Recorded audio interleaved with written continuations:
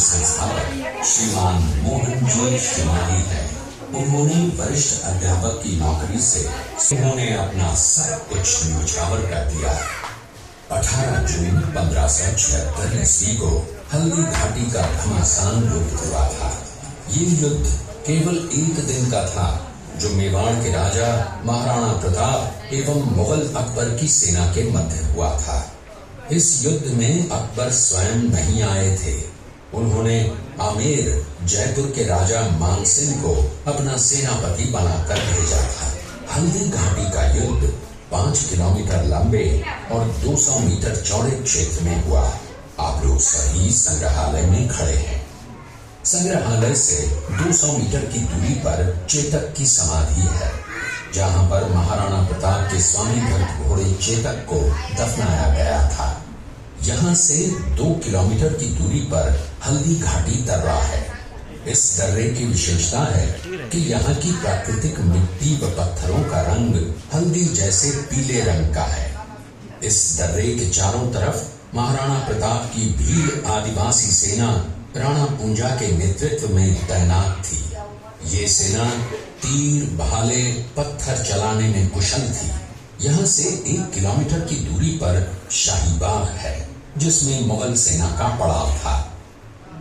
मुगल सेना 18 जून 1576 ईस्वी को प्रातः सूर्योदय के साथ मेवाड़ की राजधानी गोगुंदा की तरफ आगे बढ़ने लगी, तो उन पर महाराणा प्रताप की सेनाओं ने आक्रमण किया और उनसे गोरिल्ला पद्धति से युद्ध किया।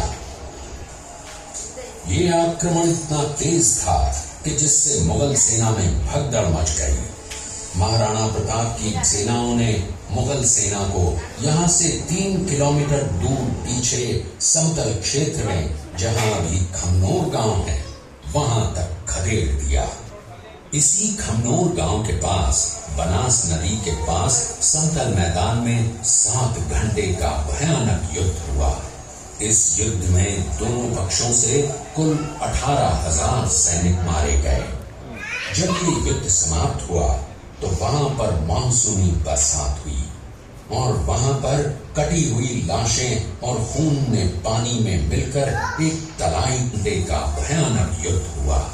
इस युद्ध में दोनों पक्षों से कुल 18,000 सैनिक मारे गए।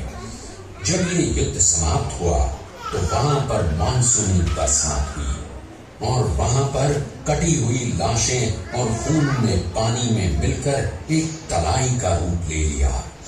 इतिहासकारों ने इस तलाई को रक्त तलाई का नाम दिया। इस युद्ध में ग्वालियर का एक पूरा राज परिवार, जिसमें राजा रामशाह तंवर और उनके दोनों पुत्र थे, शहीद हो गया।